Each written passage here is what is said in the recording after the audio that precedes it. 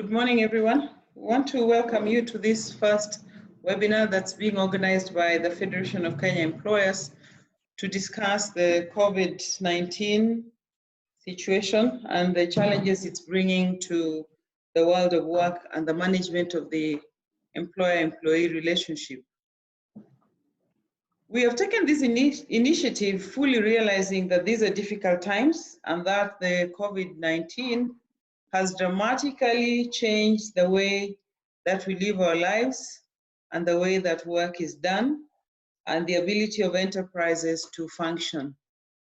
It is basically a health crisis, but also a major labor market crisis and an economic crisis. It calls for unprecedented approaches and flexibility in work arrangements. Since the COVID-19 virus pandemic was announced, we have received very many questions and queries from members who want to know what their obligations are, what they should do in terms of facilitating people to work from home, as has been directed by the government, and the impact that will have on employment contracts, on productivity, on the future of enterprises. And we have responded in various ways, which we'll be sharing today. We also want to hear from you what your experience has been practically on the ground and some of the challenges you're facing. As a federation, we've done a lot in terms of engaging government, in terms of issuing advisories to you as members, and also putting to the government proposals of initiatives and rebates which we thought were needed to cushion industry as we look to the future. And we are very grateful to the government that by and large our proposals were responded to, not fully, but the government has done what it can at this stage to be able to cushion industry. And that is something that is very positive. We'll continue to engage government and also we'll continue to collect data from you as members to inform these engagements so that together as a country we can contain the impact of the virus and try to avoid infections, especially those arising from the workplace. So with that, I want to revert back to Grace Kanyiri, who will walk you through the details of some of the work we have done as a federation and some of the questions and issues that have come from members before we open up the floor to you to ask questions and to give us feedback and to give your comments so that we can take this forward.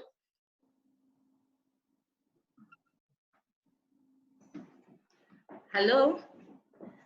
Thank you very much. That was our executive director. Thank you. I want us to go straight to the presentation, which will take a very short time so that we can hear more interactive sessions from you.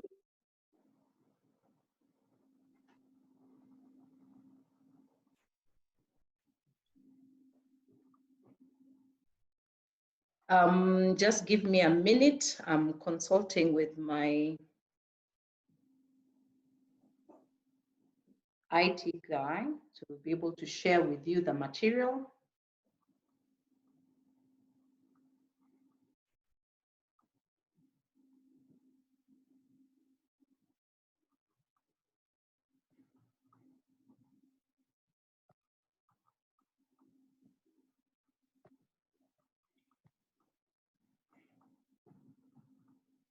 Please confirm that you can see the material that I'm sharing with you so that we walk step by step together.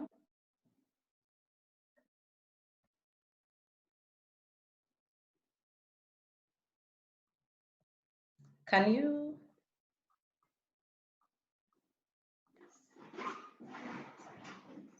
you all see the material? Oh, thank you. Yes, I can see your comments saying that you can see the material.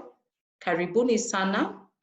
We want to first start with what FKE has done so far and what we are doing for you so that you just understand that when Corona came, we also took steps to protect your interests and to ensure that employers are having an easier time. So some of these are the following actions that we've taken, and many of which our executive director has mentioned. I believe you all received the advisory that we sent to members. If you had not received the advisory, you can always send us your email address. Perhaps they have changed and we will send you that advisory. And this was basically on how to deal, the immediate steps you can take at the workplace to deal with this coronavirus pandemic. And of course, the reporting procedures in case there's infection. We also sent to you the notices from the judiciary, just so that you know that the judiciary is not sitting as usual, and they had set up a skeleton staff. So we just wanted you to know what's happening around and about. And of course, the presidential announcement and so on and so forth. We also sent guidelines to members. These guidelines, some of which provided the interventions that the government is putting in place, how to manage enterprise even during this time, health and safety at the workplace, and so on and so forth. So I hope you also received that communication on our guidelines. Some of the advocacy actions that our executive director has really been pivotal on, like we had a memorandum to the CS of Labor and Social Protection. In this memorandum, of course, we were advocating for better working conditions at the workplace, and to see how government can intervene, especially during this corona time. We also had 2 meetings with the CS, Labor and Social Protection. We had a press conference on the 23rd. We also continued to support members through email, phone calls. We've been having a lot of consultations, and we are responding to you as much as possible. And I believe many of you have received our responses. There's also, we are forming a rapid response team that has been created by the Ministry of Labor. So we are representing you in that rapid response team. This is a team that is meeting and bringing ideas and proposals together, and therefore it is paramount that you send us your proposals. How would you want government to assist even during this time of COVID-19? Some of the proposals that FKE had made to government were like provisions, supply of basic essentials, food, adequate and uninterrupted supply of fuel, medicine, medical supplies, sanitizers, and so on and so forth. And I believe we are still trusting that government will respond. Social protection initiatives, that government can formulate structures within our villages, within our homes, within the places we live, where industry is, where they can be able to monitor, they can gather information, movement of people, so that this pandemic is kept at bay as much as possible to prevent the spread of the virus and the spread of infection. Of course, taxes, which I believe you could see from the presidential announcement, we were at the forefront to advocate for zero rating of pay as you earn, zero rating of VAT, suspending of some of the taxes like tourism, tax levies, payment of balance of tax. We were also advocating for waiver of taxes on donations, especially there are many companies which are donating, and many who want to donate, please get in touch with us. We can be able to facilitate and enable you to know how your donations can be met. Maybe many of you may want to give food items or other donations. We can be able to link you up. Penalties for late payment of taxes like stamp duty and other taxes. These are some of the things we were pushing for and praying that government is able to intervene. We were also advocating for a special crisis fund from government, and I think you've heard about the fund that has been set up already. These were some of the proposals that we had made. This was to support SMEs, MSMEs, subsidized payment of salaries, for medical insurance schemes to cover COVID-19, and so on and so forth. And many of you, I believe, you saw even His Excellency, the President, taking a pay cut to be able to contribute to this fund so that we are able to mitigate the effects of coronavirus. So that was quite important. Then policy intervention. We are still pushing for this, and we are in the rapid response team. So we are going to come up with proposals in terms of exactly what we want in terms of policy intervention. Many of you know that our laws in terms of employment laws are very strict, they are very stiff, very rigid, and we want to protect employers as much as possible. So we want some interim or some laws that will take precedent during this time, regulations that the government can put in place, which would protect employers from the harshness of being forced to perhaps ensure that they meet their end of contractual engagements, especially when it comes to employment. So we are looking for government to assist us in that policy intervention, and I believe you will soon be hearing from us with regard to that engagement. We were also pushing for suspension of CBA negotiations, and also suspension of terms that have already been negotiated that are now impossible for employers to implement. And this, remember, these are our proposals. We are still waiting to firm up, even with our social partners, that's the union, so that we can be able to now communicate to you and say, this is the way forward in respect to CBAs. So as you're aware, many CBA negotiations have now been suspended. However, this is discussion and dialogue between the employers and the unions, and therefore we want to commit to you and confirm to you that we are here for you, and we will ensure that we are able to protect your interests as much as possible. Some of the government responses which I have mentioned, we saw with the announcement that the president made in his address to the nation on the 25th of March. These were tax reliefs. There was also on the curfew and social protection benefits. And some of the tax reliefs we saw was 100% pay-as-you-earn tax relief to those earning 24,000 gross and less. This means that these persons can have more income as opposed to paying the pay-as-you-earn. The effective date was assumed to be the 1st of April 2020. However, we were still consulting with government so that we confirm the exact effective date. There was the reduction of pay from 30% to 25%, reduction of corporate tax from 30% to 25%, reduction of turnover tax rate from 3% to 1% for all SMEs, reduction of VAT from 16% to 14%. And I believe these are effective 1st of April, but as I said, we will officially communicate to you after further consultation with government. Then temporary suspension of listing to CRB, that was clear, it was from effective 1st April 2020. Payment of 13 billion verified pending bills within 3 weeks by the ministries, by various ministries. Therefore, we're encouraging employers, if you have any pending bills that have not been paid by government, this is a good opportunity for you to make the necessary demands and communicate the same to the various ministries.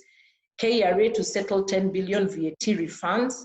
I know many of our members have had a problem with VAT refunds.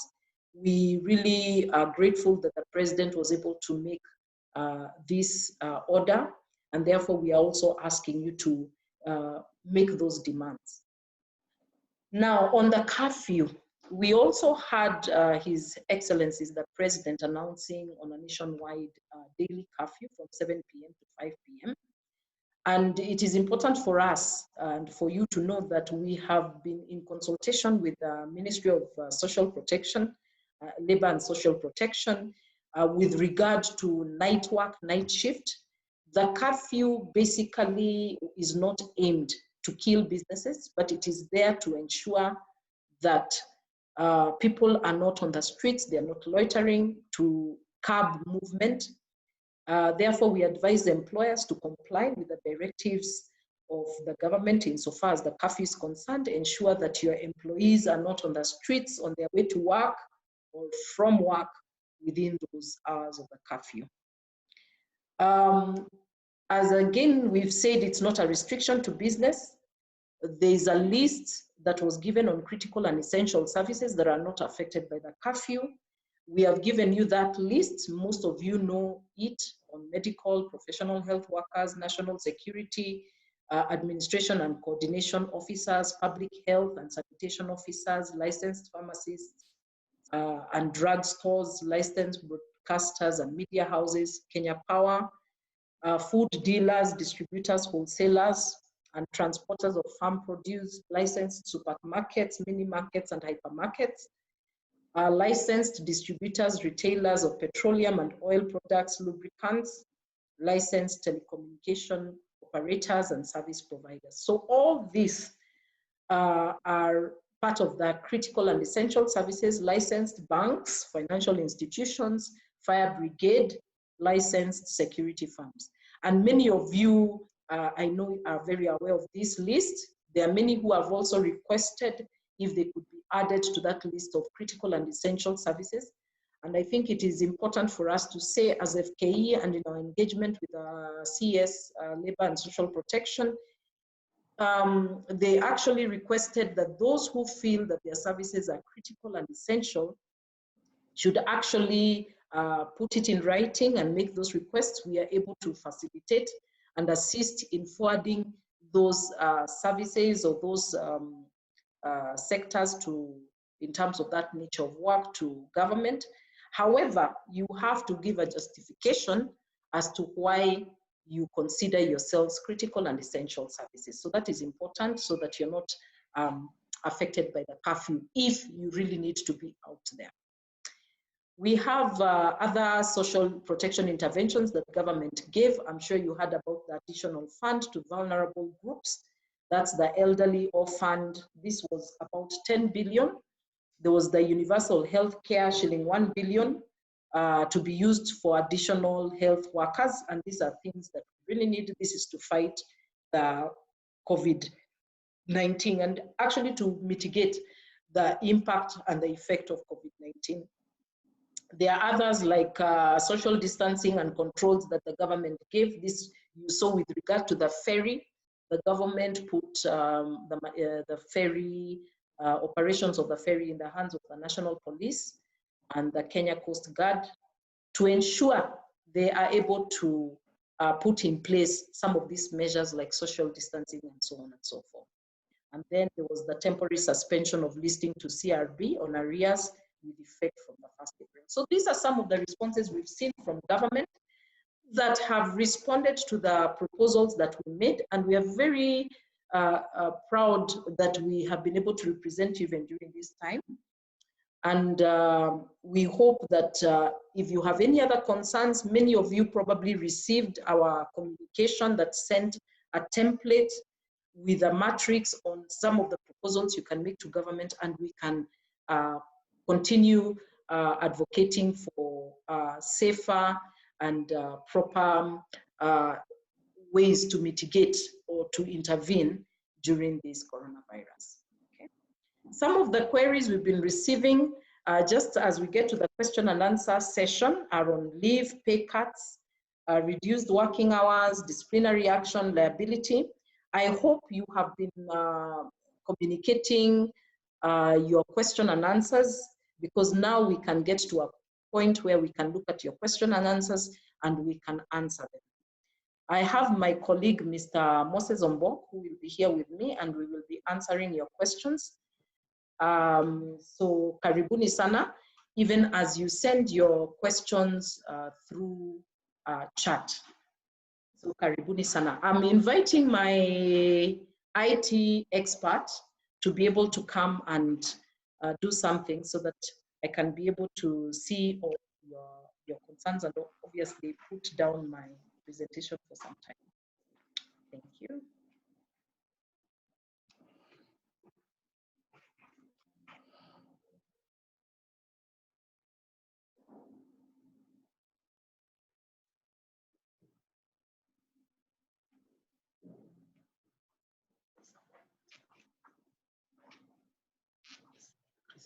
Yes, Christine, I hear you have raised your hand and you would want to say something. I've unmuted you. Can you unmute on your side and maybe you can ask your question?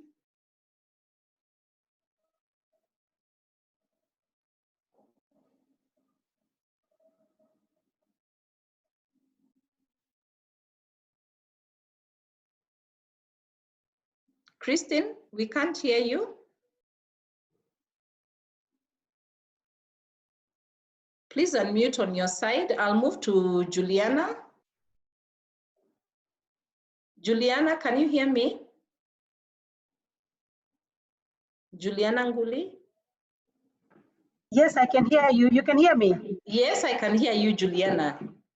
Now, my question actually was on the payee. Yes.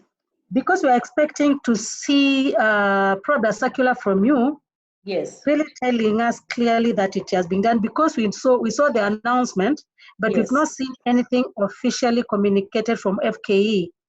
Oh, that is very unfortunate, Juliana.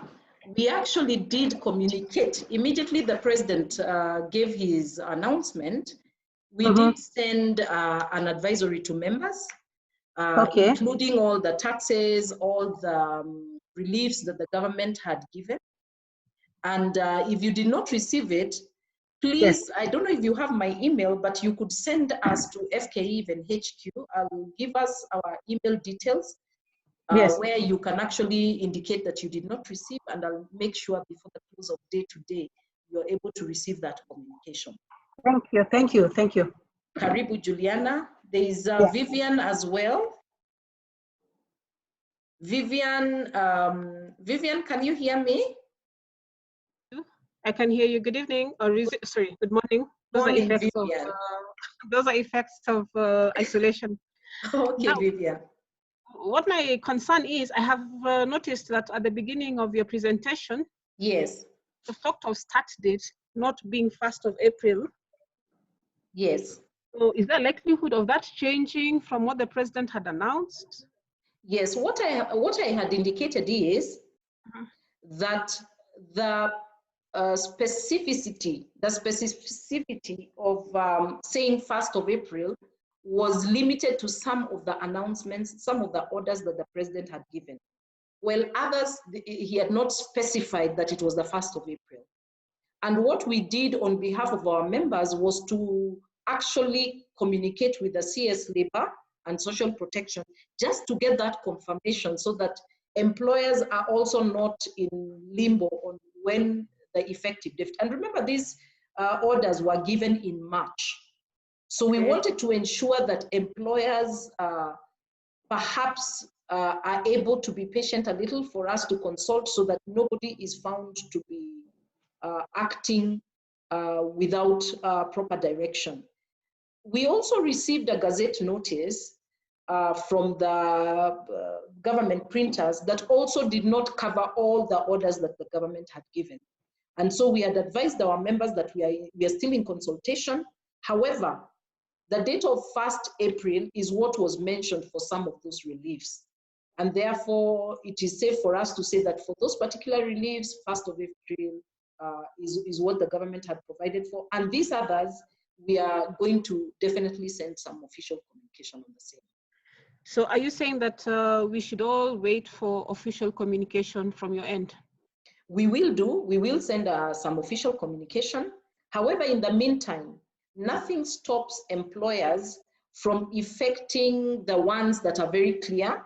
The ones on pay as you earn, for example, which did not specifically specify 1st April, will definitely be communicating and informing you on what we have gotten from government in terms of the effective date.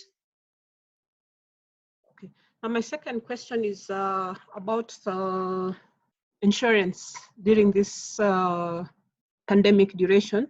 Yes. So it's not very clear that our healthcare providers, I think most of them are actually waiting for AKI to actually agree or to give that go ahead that this kind of scenarios can be covered. What then happens to those that are already infected, or what do we do in terms of coverage for insurance? Are you in discussions as well with other like type lobby groups like AKI or other institutions? Because yes. It's very us right now on whether that is covered or not covered? Yes, Vivian, I would like to confirm to you that we are in consultation and we are also in dialogue because these are some of the things we are pushing for government to implore, just like they did for loans. I think you saw CRB, Yes. the central bank and the banks, we were able to persuade them. And the reason why I'm saying we are able to persuade them is because matters of policy, remember, are contractual engagements between employers and their policy providers. So we cannot, of course, vitiate or we cannot vary the terms that you have entered in with maybe insurance providers for your medical covers. But we were persuading it at a higher level where we are asking government, can you persuade the insurance companies as well, just like we did with banks, to consider covering COVID-19 or the infections arising out of COVID-19 within the policy. And we've been also encouraging employers, please get in touch with your policy providers because you're in contract with them, and I believe you have a good relationship with them, whether they can extend that cover to you just as per your relationship with them. But I can confirm to you as FKE, we have been advocating for this. We have been in dialogue with government on this, and we are hoping that at that higher level, we can be able to get something positive. In the meantime, we are encouraging employers, please get in touch with your service providers. Some have actually agreed, others are still not sure of whether they are providing or not, and we encourage those negotiations. And where we can help, we are here available for you.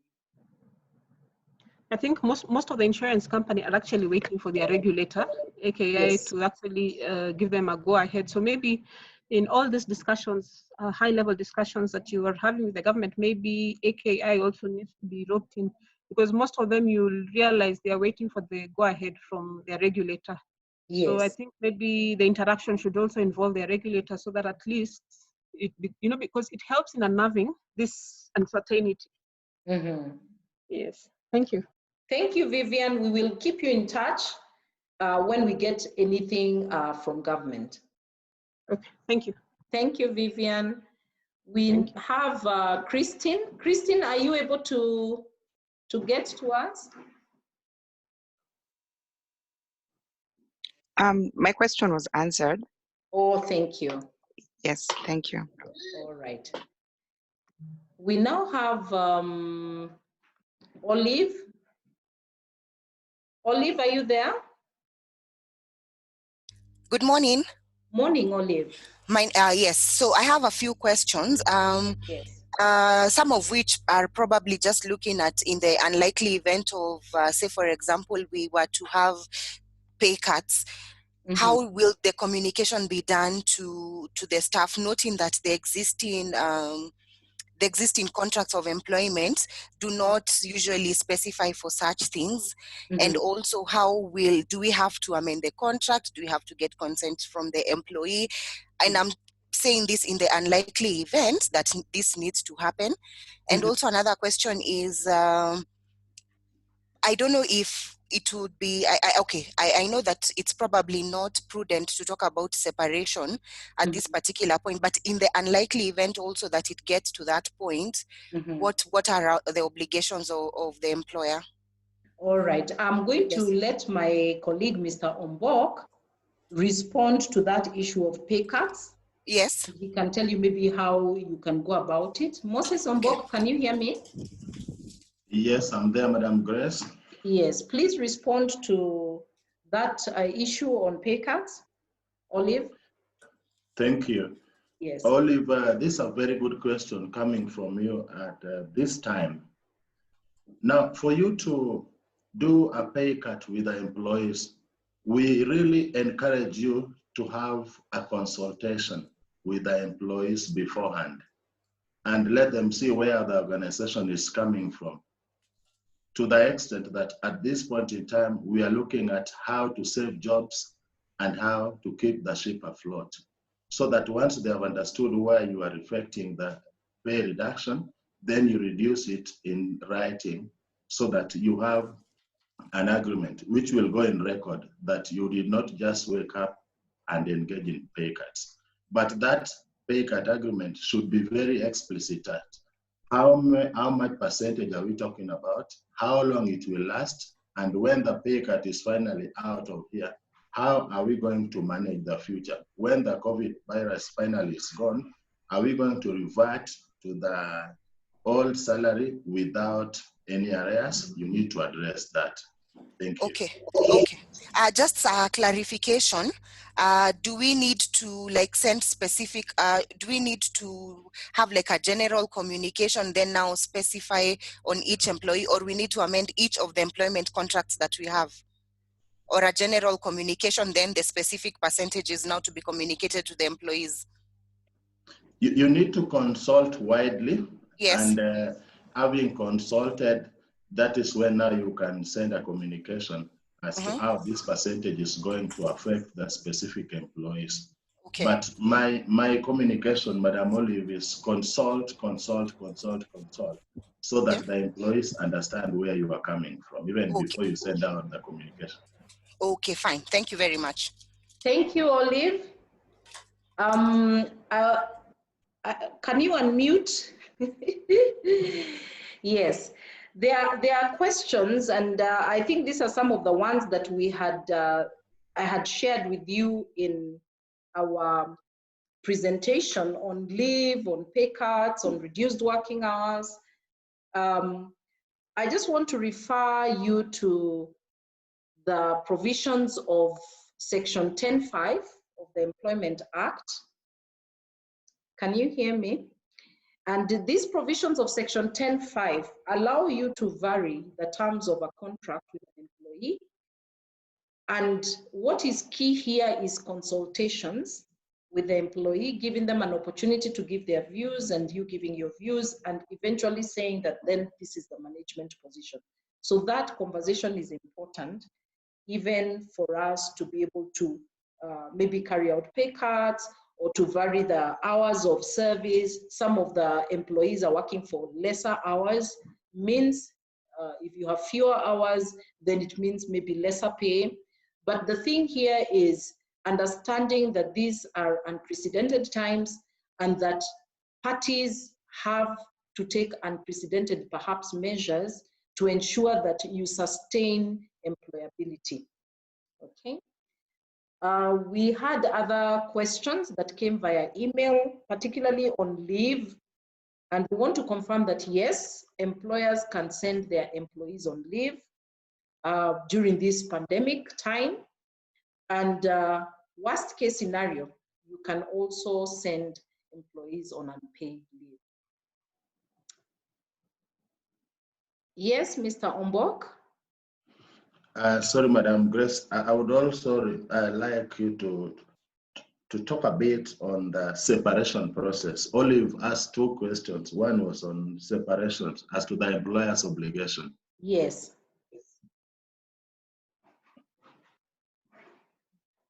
Yes, yes, Ombok? So would you want me to take this, or you want to take it? You just take it, Mr. Ombok. Thank you. So Olive, on separation, at this point, when you go for the worst decision of separating from employment, which we don't really advocate for now, we want to save the jobs, then you will still be guided by your legal and contractual obligations. So if, for example, you go for layoffs, you have to follow the law to the letter and any contractual obligation and pay off employees, just like you would have done when there was no COVID-19 pandemic. Thank you. Thank you, Mr. Ombok.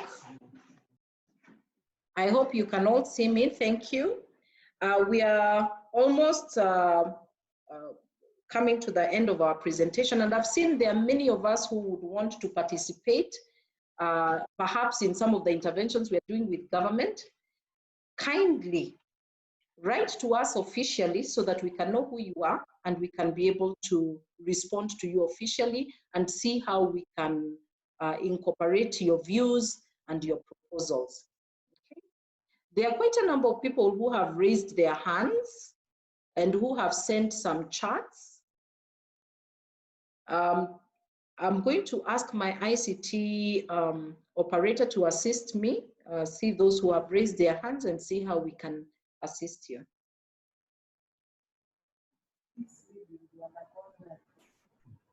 Simon? Yes, good morning. I can hear you, yes. My question is, Yes.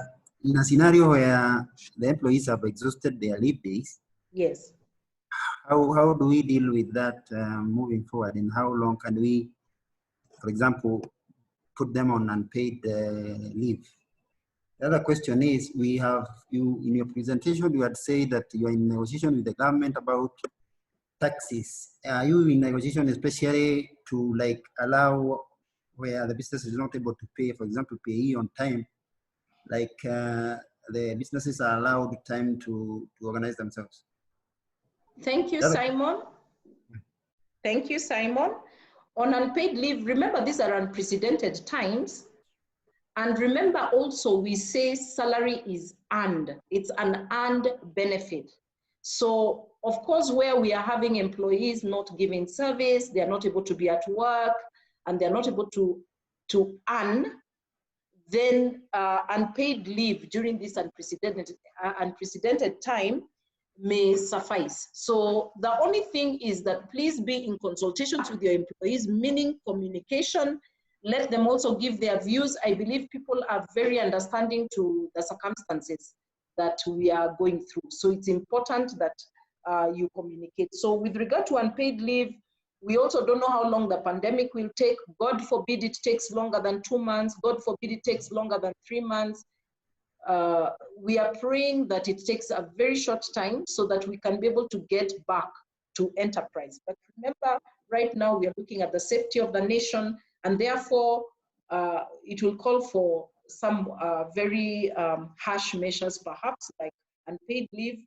And so we are saying right now, let employees enjoy the benefits they've already earned in form of leave. If you can extend that period, you can, in terms of give leave in advance, you can also do that in consultation with your employees so that you do as much as you can to safeguard the interests of employment at this juncture. With regard to pay as you earn, as I said, we are still in consultation with government. We wanted 0 rating, but the government was able to meet us somewhere. And therefore, at the moment, for those who are not able to pay, unless you can justify that you're not paying salaries and therefore you're not able to pay as you earn, we are also telling employers as much as possible, because we are still at the beginning of these effects of the pandemic, at least to comply as much as possible. And where you have issues, to make sure you communicate to the relevant authorities so that we do not have challenges in future. But I believe everyone right now is on understanding mode. We are trying to understand one another, to understand how to work with the impact of the coronavirus. So Simon, do your best right now to comply as we seek further interventions from government. Thank you, Simon. Thank you. All right, we have Dennis. Dennis, please ask your question. Yes, good morning. Morning, Dennis. Yeah, my question is, on the list of essential services, companies that are providing essential services, yes, we have food dealers and food distributors, yes, but you realize that most food is packaged by different organizations. So would I be right to assume those companies that do packaging of food products are part of the essential service providers, or we need to seek a special kind of recognition? That's number one. And number two, for those organizations that are providing essential services, will they need some kind of a special permit, especially employees? Because I know of police harassment and all that. Do they need some special identification on the streets or outside there, which may be approved by government, or they just need a company identification? Thank you, Dennis. Ombok will answer your question. Ombok, kindly. Thank you. Thank you, Madam Grace. Dennis, this is a very important question for us. However, we would like you to adhere to the strict guideline that has been issued by the government as to which areas are critical and which areas are essential. And to that extent, we would want you to rope in FKE so that we can prompt the government to see how far the extension of critical and essential services can be done to include you much as we support the essential services. But for now, strictly adhere to the government guideline. Thank you, Ambo. There is Susan Mongai. Good morning. Morning, Susan. So, I work for a school and we have different categories of employees. And now that school is closed, there are those who are, for example, we have the support staff who clean and cook for the children. Yes. So when school is closed, then they are not essential, but maybe teachers and admin who teachers, for example, are doing online, teaching. So I might, worst case scenario, would not lay them off.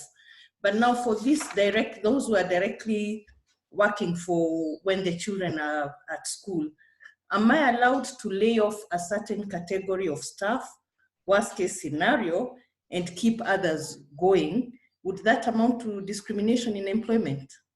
Remember, the Employment Act provides for ways of termination, and the layoffs sound like a redundancy.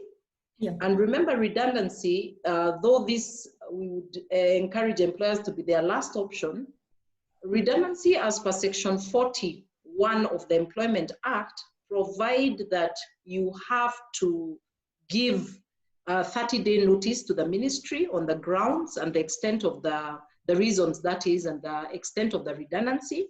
Number two, after that, and if they're not unionized, that is a notice to the ministry and a notice to the union. And if you do not have the presence of union, you need to issue that notice of intention to the employee as well. Yeah. And after that 30-day notice, then you need to give either pay in lieu of notice or issue now notices of termination on account of that redundancy. So I don't know, Susan, whether that can help you, because that means 2 months at least. If the contracts of employment provide for 1 month notice, there are some contracts that provide for 2 months, 3 month notice. So you can see, I don't know whether that would help the employer. And of course, praying that Corona doesn't stay with us for long. I don't know whether that would be a better option if you will require these skilled workers again, or these support staff again, if Corona, for example, as we pray, would take at least not more than a month, whether you require them back. And maybe perhaps during that redundancy process, the coronavirus, God helping us, may be lifted. So for us is to encourage employers, look at the options available. Worst case scenario, if you must declare redundancies, then please follow the law in accordance with Section 41. And of course, you'll have to communicate to the relevant parties. So Susan, I think that is what we can say for now, and hoping that, and then remember, redundancy also comes with severance pay, basically terminal benefits as per contractual terms. So you'll need to weigh your options and see whether you can bear that cost for now, or whether you would rather, look at options of consulting with the employee and suspending terms of engagement. Okay, thank you. Thank you, Susan. We also have someone called, your name is interesting, but I've unmuted you. Ibtisam. Ibtisam? Can you hear me? And please, let's limit our questions to one so that at least we can hear all of you. Hello, good morning. Morning. Hi, how are you? I'm well, thank you. I hope I pronounced your name well. Sorry. You did. I had emailed you my 2 questions. I hope it will be okay if I can just quickly run through them. Yes. My first question is that we had sent some of the senior members of our team on compulsory leave at the onset of the pandemic, because we were told people of a senior age would be more likely affected and it would be better for them to be at home. Now, the company has decided to send everybody on working from home, so remote workstations. Yes. What happens to those seniors that we had sent on compulsory leave? Do we now transfer their absence to working from home, or do they still apply as being on leave and therefore utilizing their leave from their, entitlement? My second question is, I also have some staff that will be exiting the company during this period of being in their remote workstations. How do I go about issuing out the certificate of services and also final dues? And I do this by just transferring funds to their account and also emailing them their certificate of service and clearance certificates. Is that acceptable, or must all this process of exit be a physical, interaction? Thank you. Maybe I'll start with the easy one, which is the second question. Those who are exiting, maybe because of the contract expiring and all that, I think that one should be a little bit easy, seeing these are unprecedented times. Let's communicate virtually as much as possible, send communication via email in terms of certificates of service. They can be scanned or they can be sent via PDF for the time being. And of course, you can post perhaps the actual certificates, or they can get them post-corona because they'll already have them online. In terms of payments, I believe you have the bank details. Many employers do have the culture of sending the final check in terms of payment.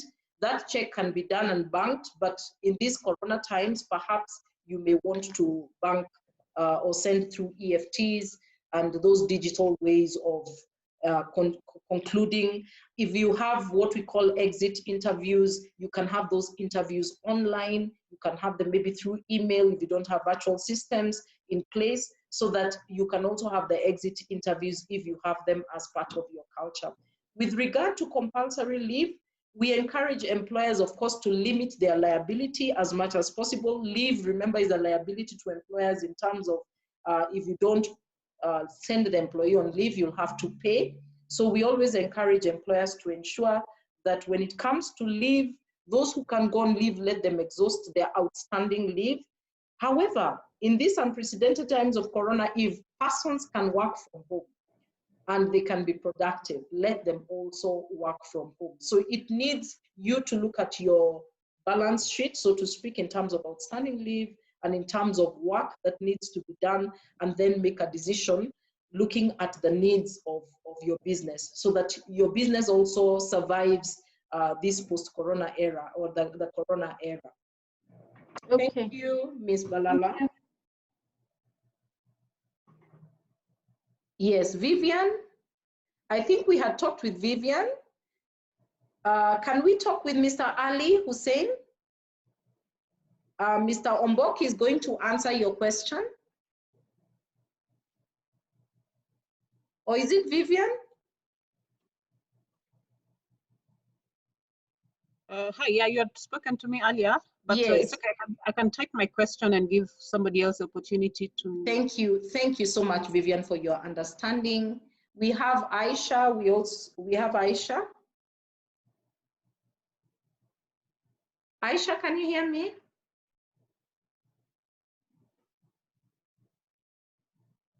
Aisha, for some reason we can't hear you. Hi. Hi, Aisha. I don't believe I had a question. All right, thank you, Aisha. Sorry about that. Thank you. All right. I believe there are quite a number of questions that we are ready, but our time is actually up. This is not the last webinar. So I think we can always find another time perhaps to ask questions. I'll just answer one last question as I invite my executive director to come. So there is Oppo A7. I don't know if that's the name. Can you hear me, Oppo? All right, I'll now invite my executive director just to close this session. But as I said, this is not the last session that we have. I know there are many questions. We are going to look at your chat. We're going to see the questions that you've asked. Remember, you can communicate to us officially through our FKE HQ email. Those of us who don't have that email, you can find that email address. You can find it through our website. And we're going to answer many of the questions that we have. So I'm inviting our executive director to just give her closing remarks even as we close this session. And we will be informing you via email of our next sessions. Karibu sana, Mrs. Jacqueline Mugo. Hi, everyone. This has been a very interesting conversation, and we want to thank you for your active participation. Having listened in, I want to say one or two things. One is on the issue of the tax concessions that was announced by the government and the start date. It is true, as Grace said, that the government is yet to gazette the actual effective date of what was announced. The only one that had a specific date was the VAT, which they said was effective 1st April, so that we can go by. But for the rest, we're expecting a gazettement to be done so that we can all know the start date, and we will remain engaged on this one. Most of the questions you've asked have to do with the management of contracts and how to deal with employees at this time. What the Federation has advocated is really utmost consideration and humanity on the part of employers, and not to think of redundancies or layoffs or termination as a first option. And we're very grateful that that has not happened. And in fact, most employers are very keen to see that the employees are well provided for and have gone beyond what's in the contracts to see if they can socially support the employees in one way or another. And for that, we commend you very much. There is no one-size-fits-all approach to the many questions you're asking, so that if you have a specific situation, I would encourage you to talk to us. You can call us, we have a hotline, you can email us, and we'll remain engaged, and some of these questions maybe we'll clarify in the webinar, which we hope to hold next week. But by and large, where neither the employer nor the employee are responsible for the contract not being adhered to, then that is what we call in law frustration of a contract, due to no fault of either party. Redundancy is where an employer is declaring you redundant or saying your work is ended due to no fault on the part of the employee, but perhaps because the enterprise is undergoing difficulties, is not making profit, perhaps it's closing one line of business, or the particular skills that that employee has are no longer needed, and maybe that employee cannot be trained. So this COVID virus situation is unusual because both the employer and the employee are caught in this scenario where they cannot meet the terms of the contract because people by and large are out of work, they're at home. Some are able to perform work from home and give returns, but the reality is that a good number of employees who are currently at home cannot actually give outputs because the nature of work they do requires them to be at home. So where a contract is frustrated, it's also still not clear whether you'd be paying redundancies or whether you'd be, from law, protected from having to meet your obligations. For us, the easiest approach is to talk to the employees, as Mboko was saying, consult with them, discuss with them. Employees are very reasonable, and even trade unions are being very reasonable at this time because we want to protect our people as much as possible. And of course, businesses, employers also need support to be able to rally back once we are over the current crisis we are going through. So have conversations at plant level, employee-employer level, and see. The immediate one would be sending people on leave. Where those leave days are gone, then you could look at unpaid leave. But of course, we also recognize there's a limit to the duration of time that people can spend away from work on unpaid leave.